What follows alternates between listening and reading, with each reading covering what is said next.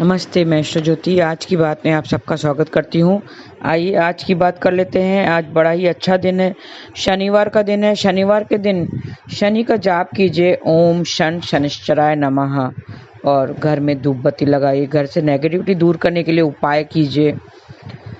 घर के चारों कोनों में क्रिस्टल बाउल में थोड़ा सा सेंधा नमक या फिटकरी का टुकड़ा रखने से घर के नेगेटिविटी दूर होती है। और उसको कब चेंज करना चाहिए? जब वो काला हो जाए, थोड़े वक्त में चेंज करते रहना चाहिए, तो घर से नेगेटिविटी सारी दूर हो जाएगी। और एक बात है, घर में पोछा लगाते हैं तो उस पानी में, पोछे के पानी में आप सेंधा नमक डालेंगे, थोड़ा सा नमकीन कीजिए पानी को, और पूरे घर में पोछा लगाइए तो घर से सारी नेगेटिविटी दूर हो जाएगी। और कपूर जलाने से, कपूर में 3 कपूर में 5 लवंग डालकर अगर जलाएं और धूप बत्ती कीजिए, पूरे घर में धुआं कीजिए धूप का, तो भी घर से नेगेटिविटी दूर होती है और पॉजिटिविटी आ जाती है। तो ये थी खास बात। और वास्तु की बात कर लेते हैं। वास्तु की बात फिर आज की खास बात ले लेंगे, और कृष्ण कथा में मैं थोड़ी सी ज्ञान की बातें करेंगे। आइए अंत तक बने रहिए। वास्तु की बात करें तो मोमबत्ती की बात करते हैं। ये चीन में बहुत इस्तेमाल होती है, फेमस है। मोमबत्ती लगाने से घर में एनर्जी का संतुलन बना रहता है। आजकल मार्केट में बहुत तरह की रंग बिरंगी और डिज़ाइन वाली मोमबत्ती मिलती है, सब कलर की मिलती है। तो उससे लगाने से पॉजिटिविटी आती है, पॉजिटिव एनर्जी अपने आप बढ़ जाती है। तो कहाँ लगाना चाहिए? पूर्व, उत्तर पूर्व और दक्षिण दिशा में मोमबत्ती लगाना चाहिए। इससे घर में पॉजिटिविटी आती है और घर में सुख समृद्धि का वास होता है। ये थी वास्तु की बातें। अब योग और तिथि की बात कर लेते हैं। सप्तमी तिथि आज दोपहर बाद 3:06 तक रहेगी। आज से कल सुबह 6:15 तक शिव योग रहेगा।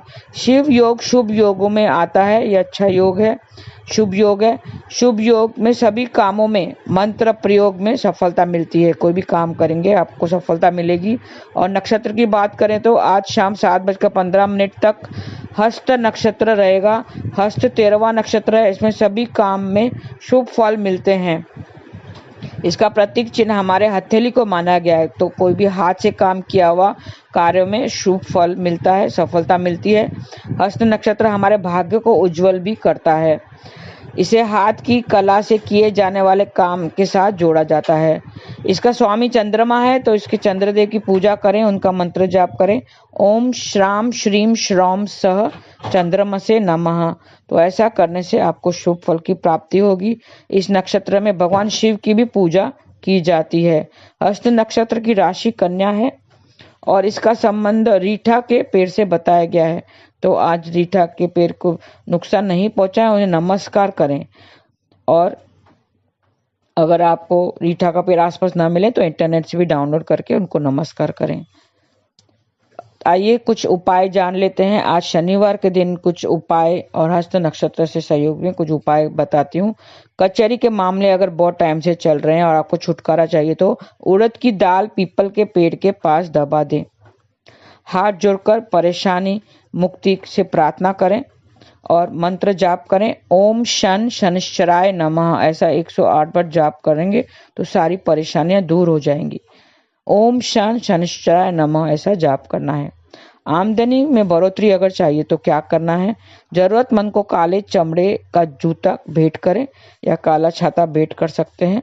आप बोलेंगे काला ही क्यों, लाल पीला नीला क्यों नहीं? काला जूता पैर का नीचे का पार्ट है बॉडी का, वो शनि को दर्शाता है। और जूता, काला जूता शनि से संबंध रखता है। उसी तरह काला छाता, छाता क्यों? क्योंकि छाता क्या करता है? छाता धूप से हमें बचाता है। तो धूप मतलब सन, और सन जो सूर्य है और शनि आपस में पिता पुत्र हैं, लेकिन उनको आपस में नहीं बनती है। शनि हमेशा सूर्य से दूर भागता है, तो इसके लिए उसको बचाव करना चाहता है, तो उसको बचाव के लिए छाते का प्रयोग करते हैं। धूप से बचने के लिए छाते का प्रयोग करते हैं इसके लिए। और काला कलर शनिदेव का है, काला नीला कलर शनिदेव का प्रतीक है। तो काला छाता और काले कंबल दे सकते हैं, काला जूता दान कीजिए। तो आज के दिन आपको शत्रुओं से मुक्ति मिलेगी। शत्रुओं से मुक्ति के लिए आपको मंत्र भी जाप करना है। शनि का मंत्र है ओम प्राम प्रीम प्रॉम स शनिश्चराय नमः। ऐसा जाप करेंगे, शत्रुओं से मुक्ति मिलेगी। और पीपल के वृक्ष की जड़ में जल चढ़ाना है और उसकी गीली मिट्टी से अपने मस्तक पर तिलक लगाना। तो ऐसे आपके सारे बिगड़े हुए काम बन जाएंगे, शत्रुओं से भी मुक्ति मिलेगी। बिजनेस में आपको काम बढ़ाने के लिए शनि का मंत्र जाप करना है।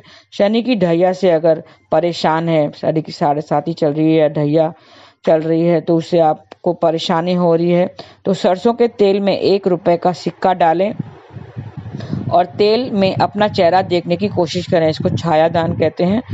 तेल में अपना चेहरा देखने की कोशिश करें। तेल सिक्के समेत शनि के दान लेने वाले को देना है। शनि के दान देने वाले को डकाउत कहते हैं, उसको देंगे तो आपकी जो है उसके शनि की ढैया से आपको परेशानी से दूर हो जाएंगे। ये उपाय अगले 7 शनिवार तक जारी रखना है। आपके मन के अनुसार आप ये कर सकते हैं। लंबी आयु का वरदान अगर चाहिए तो आज आप शनि स्तोत्र का पाठ करें, तो आपको शनि वायु आयु का भी कारक है, तो बड़ी आयु चाहिए तो आपको शनि स्तोत्र का पाठ करना है। साबुत उड़द की दाल में सरसों का तेल मिलाएं और शनिदेव के मंदिर में रखा है, तो विशेष आप कार्य कर रहे हैं उसमें प्रसिद्धि जरूर मिलेगी। मंदिर ना हो आसपास तो पीपल के पेड़ के नीचे ही रखें, तो भी आपको शुभ फल मिलेंगे। आज सबसे पहले शनिदेव की आराधना करें और काले रंग का कपड़ा लोहार या मोची को दान दे दें, तो आप बुरी नज़र से बच सकेंगे। तो ऐसे ये उपाय है। जल में काले तिल मिलाकर पीपल में डालेंगे तो सुख समृद्धि का वास होगा। पीपल के पेड़ की 5 बार परिक्रमा करनी है। शाम के समय लंबाई के बराबर कच्चा सूत लें और धागा साफ पानी से धोकर आम के पत्ते में लपेटें और पत्ते को बहते हुए जल में प्रवाहित कर दें, तो सारी इच्छाएं पूर्ति होगी। खास कोई इच्छा है उसको पूर्ति करने के लिए ये उपाय है। तो ये शनि के उपाय है। शनि के पीपल की पूजा आराधना करते हैं, पीपल के पेड़ के पास जाइए, परिक्रमा कीजिए, उस पर सरसों का दीपक जला के आइए, तो आपकी सारी इच्छाएं पूरी होगी। और ये थी आज की खास बात। अब कृष्ण कथा में हम कुछ ज्ञान की बातें कर लेते हैं, बने रहिए। कहते हैं न कर फिकर फिकर कर शुक्र शुक्र, न कर फिकर फिकर कर तू शुक्र शुक्र। मतलब हमें फिक्र ज़्यादा नहीं करना चाहिए। आजकल के लोग में फिक्र बहुत हो गई है, सब टेंशन लेते हैं, फिक्र करते रहते हैं, आज क्या होगा, कल क्या होगा, कल क्यों ऐसा हुआ था, ऐसा क्यों हुआ था, कल की जो हो गया है उसकी भी फिक्र करते हैं, आने वाला जो कल है अभी तक आया ही नहीं है उसकी भी फिक्र करते हैं। हम इंसान हैं, हमें फिक्र तो होगी। आप कहेंगे इंसान है, फिक्र तो होगी। जो फिक्र नहीं करे वो इंसान कैसा। कहते हैं गलती अच्छे इंसान से भी हो जाती है, तो फिक्र तो सबको ही होती है, सबको होती है फिक्र। पांडवों के जीवन में भी फिक्र थी, लेकिन साथ में कृष्ण भी थे, उन्हें इसकी शुक्र भी था कि साथ में कृष्ण भी थे। कि महाभारत में युद्ध में क्या होगा ये उनको फिक्र लगी रहती थी। महाभारत में युद्ध में क्या होगा ये पांडवों को फिक्र थी, लेकिन उसे शुक्र भी करते थे कि साथ उसका साथ कृष्ण दे रहे हैं, साथ में कृष्ण भी हैं। तो हमारे जीवन में भी फिक्र तो होती है। कहते हैं कि हर कोई भी फिक्र से मुक्त नहीं है। हर बात में फिक्र, अपना मन तो चलता ही रहता है, यहाँ वहाँ दौड़ता ही रहता है, फिक्र तो होगी, मगर शुक्र भी होना चाहिए कि हमें कृष्ण भक्ति मिली है। आपको ये कृष्ण की कृपा ही है जो हम सबको कृष्ण की भक्ति मिली है। अगर लाइट चली जाती है, एग्जाम्पल देती हूँ, अगर लाइट चली जाती है तो अंधेरे में कोई टॉर्च भी लेकर आता है ना, तो खुशी होती है, हाँ भाई चलो थोड़ी सी टॉर्च तो मिली, हमें कहते हैं चलो टॉर्च तो मिली। पूरे संसार में फिक्र ही फिक्र है, ऐसा कोई व्यक्ति नहीं है जिसे फिक्र ना हो किसी भी। आजकल छोटे से बच्चों को भी फिक्र होती है, टेंशन होती है कि उसकी पढ़ाई कैसी होगी, उसकी पढ़ाई नहीं हो रही है तो उसका एग्जाम कैसा जाएगा। छोटे से छोटे बच्चों को उसका खिलौना टूट जाए तो उसको फिक्र होती है कि अब मुझे कैसा खिलौना मिलेगा, अब मैं कैसे खेलूंगा। ऐसा कोई भी नहीं है जिसको फिक्र ना हो, राजा हो या रंग हो, सबको फिक्र होती है। लेकिन वैष्णवों को शुक्र भी होता है, वैष्णवों को शुक्र होता है कि हमें कृष्ण भक्ति तो मिली है, हमें भी शुक्र करना चाहिए कि हमें जो भी मिला है वो ईश्वर की कृपा ही है जो हमें मिला है। हमें जो भक्ति मिली है, कृष्ण की भक्ति तो मिली है, तो शुक्र भी होना चाहिए।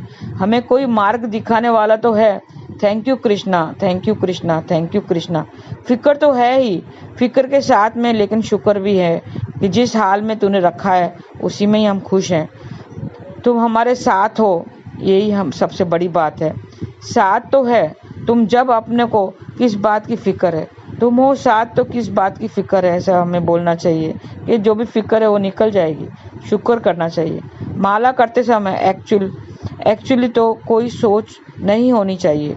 क्या माला करते समय हमारा मन एक ही तरह होता है? ध्यान लगता है माला में? नहीं, आप बोलेंगे नहीं लगता है, क्योंकि माला करते समय हमारा मन भटकता है। मन का काम क्या है? मन का काम भटकना है। लेकिन हमारा मुंह का काम क्या है? नाम जाप करना। हमारे हाथों का उद्देश्य क्या है? हाथों का काम क्या है? माला जपना। एक्चुअली जो माला जपते हैं उससे किसी और की सोच होनी ही नहीं चाहिए, मगर ऐसा होता नहीं है। शुरू में तो मन ही नहीं लगता है। जैसे ही हम माला हाथ में उठाते हैं तो ध्यान इधर जाएगा उधर जाएगा, ये बाई क्या कर रही है, काम कर रही है कि नहीं बराबर से, अरे वो आज आई नहीं, अरे आप खाना लिया कि नहीं, टिफिन पहना कि नहीं, बच्चे गए कि नहीं, बच्चे क्या कर रहे हैं। तो माला हाथ में लेने के वक्त कुछ भी मन में नहीं होना चाहिए, लेकिन ऐसा बहुत कम होता है। लेकिन धीरे धीरे अगर हम मन लगाने की कोशिश करेंगे, मन को कंट्रोल करने की कोशिश करेंगे, तो वो लग जाएगा और फिर रुचि बढ़ने लगेगी। पहली बात तो हमें उसमें रुचि ही नहीं है ना, तो ये कैसे मन लगेगा? किसी बात को करने में रुचि, अगर इंटरेस्ट ना हो तो हमें बात नहीं लगता है। जैसे हमें मोबाइल के अंदर क्या क्या है ये देखने का कितना उत्सुकता होती है कि नया कुछ मोबाइल लिया, सपोज सैमसंग की जगह पे MI का मोबाइल लिया या आई प्लस का लिया, वन प्लस का लिया, तो उसके अंदर क्या एक्स्ट्रा फीचर्स है वो जैसे ही हाथ में आता है, सिम डालते हैं तो हमें देखना उत्सुकता होती है कि इसमें आगे और क्या होगा, इसमें उससे नया क्या होगा। तो ऐसे इंटरेस्ट आता है तो हमें वो मोबाइल हाथ में लेते हैं और उसके अंदर घुस जाते हैं। इसी तरह हमें भी तो अगर माला करते हैं तो उसमें हमें क्या अंदर रुचि देखना है कि हमारे इंटरेस्ट किस में है, उसमें हमें क्या इंटरेस्ट आता है। इंटरेस्ट हमें बढ़ाना चाहिए कि माला करने से क्या होगा, हमारा कैसे परिवर्तन आता है, वो चेंजेस कैसे आता है, वो देखने के लिए हमें उत्सुकता होनी चाहिए, तभी माला में रुचि लगेगी। कान और मुंह के बीच में मन फंस जाता है। कान सुनने की कोशिश करता है, मुंह बोलने की कोशिश करता है, मन बीच में फंस जाता है। ऐसा जाप करना चाहिए कि कानों को भी सुनाई दे। कहते हैं कि एक एक शब्द ऐसा लेना चाहिए जैसे कानों को भी सुनाई दे। हरे कृष्णा, ऐसा एक एक शब्द बोलना चाहिए जैसे कान को भी सुनाई दे। कान में एक एक शब्द जाना चाहिए, तभी ही वो माला होती है। एक एक शब्द हमारे कान तक पहुंचना चाहिए। कहते हैं कबीर का एक दुआ है, माला तो कर में फिरे, कर मतलब हाथ में, कर बोलते हैं उसको। माला तो कर में फिरे, जीभी फिरे मुखिया माही, मनमा तो चहु दिशे फिरे, यह तो सुमरन नाही। कहते हैं कि माला तो कर में फिरे, माला फिर रही है हाथों में। ये दोहे से संत कबीर दास जी कहते हैं कि हाथ में माला फिरती है और मुख के में जो जीभ है उसे कुछ भजन भी करते हैं, लेकिन ईश्वर का सच्चा सिमरन नहीं होता है यदि मन में लगन ना हो तो। अगर मन यहाँ वहाँ घूम रहा है, मन चारों तरफ फिर रहा है, तो फिर सिमरन कैसा? दिखावे करने के लिए कुछ नहीं होता है, दिखावा करने से कुछ नहीं होता है। जब तक हम ईश्वर की भक्ति सच्चे दिल से ना करें और अपना मन एक तरफा नहीं रखें तो फिर वो फायदा नहीं है। वो दिखावा करने का कोई मतलब नहीं है, उससे ईश्वर खुश नहीं होगा। दिखावा ढोंग करने से कुछ हासिल नहीं होता है। तो हमें पूरा ध्यान लगाना चाहिए और इस तालमेल, हाथ मुंह और मन का, तीनों का तालमेल होना चाहिए आपस में। मगर टेंशन की बात नहीं है, ऐसा बहुत कम लोग ही कर सकते हैं। बहुत कम लोगों के साथ ऐसा होता है कि उनका मन पूरे तरह ध्यान माला में और नाम जाप में लगता है। निराश होने की जरूरत नहीं है, ऐसा हो जरूरी नहीं है, हमें कोशिश जरूर करनी चाहिए। ईश्वर देखता है कि कौन कितना कोशिश करता है। हमें कोशिश जरूर करनी चाहिए, इतना हमें पूरा मन लग जाए ऐसा नहीं हो तो भी चलेगा। टेंशन की बात नहीं है, चिंता फिक्र की बात नहीं है। इसका भाव कैसा है वो देखता है ईश्वर। भाव के भूखे होते हैं ईश्वर। किसका मन लगा, कितना लगा, वो ईश्वर को चाहिए। ईश्वर के लिए वही बहुत हो जाता है। हम कृष्ण का नहीं देख सकते मगर कृष्ण हमें देख सकता है। हमें कोशिश तो करनी ही चाहिए, नाम जप करना चाहिए। हरे कृष्ण कृष्ण कृष्ण हरे हरे, हरे राम राम राम हरे हरे। अपनी कोशिश जारी रखनी चाहिए। हमें ये नहीं भूलना चाहिए कि हम चाहे कृष्ण को ना देख सकें, लेकिन कृष्ण हमें जरूर देखता है। कृष्ण हमें जरूर देखता है, ये नहीं भूलना चाहिए। एक भजन है, भजन एक फिल्म में था, पुरानी फिल्म में था उसमें कहा है हम क्या वरदान मांगते हैं। अब आजकल तो लोग सारा टाइम धन मांगते हैं, उठते ही हैं और पैसा पैसा पैसे कैसे कमाएं, पैसे के लिए काम ले जाना है, कितना पैसा कमाता है, ये इतना करने से कितना होगा, इतना करने से कितना पैसा मिलेगा। तो उसमें एक भजन लिखा हुआ है, नहीं चाहिए रंग महल ना धन दौलत की शान, हम तो मांगे तुझसे मालिक एक संतोष का दान, कि घर घर में खुशहाली हो, सदा सुख की हरियाली हो। कहते हैं कि संतोष होना चाहिए। आजकल कितना भी कोई कमाता है, करोड़पति हो, अरबपति हो, लेकिन उसमें संतोष नहीं होता है। संतोष मतलब मन में सेटिस्फेक्शन, भाई और की लालच होती है मन में, संतोष आता नहीं है। हमें ईश्वर से क्या मांगना है, धन दौलत नहीं मांगना है, संतोष का दान मांगना है, कि हमें मन में संतोष होना चाहिए। कितना भी दिया हो भाई ठीक है, बस है, हमारे लिए उतना ही है। और आगे भजन में कहते हैं, सुख के बदले दुख देने की अगर भावना तेरी, दुख को सहने की शक्ति दे यही प्रार्थना मेरी। सुख के बदले दुख देने की अगर भावना तेरी, दुख को सहने की शक्ति दे यही प्रार्थना मेरी। किसी के आगे हाथ न फैलाएं, अपनी मेहनत का सुख पाएं, इतना दे वरदान, हम तो मांगे तुझसे मालिक एक संतोष का दान, कि घर घर में खुशहाली हो, सदा सुख की हरियाली हो। इस भजन में कहा है कि अगर सुख नहीं देने की इच्छा है, भगवान की भावना अगर हमें सुख देने की नहीं दुख देने की है, तो भी दुख को सहने की शक्ति दे, ये प्रार्थना मांगना चाहिए, ये प्रार्थना करना चाहिए ईश्वर से कि वो दुख भी दे तो भी चलेगा, लेकिन दुख सहने की शक्ति तो दे। और किसी के आगे हम हाथ ना फैलाएं, अपनी मेहनत करें, हम मेहनत करें और अपनी मेहनत का ही सुख पाएं। फल जो है, हमें मेहनत का फल मिलना चाहिए, बस यही वरदान मांगना चाहिए। और एक संतोष का दान मांगना चाहिए, ताकि घर घर में खुशहाली हो। बस यही करना चाहिए, नाम जाप करना चाहिए, हरे कृष्णा कृष्ण कृष्ण हरे हरे, हरे राम राम राम हरे हरे। आज के लिए बस इतना ही। धन्यवाद, आपका दिन शुभ रहे। हरे कृष्ण।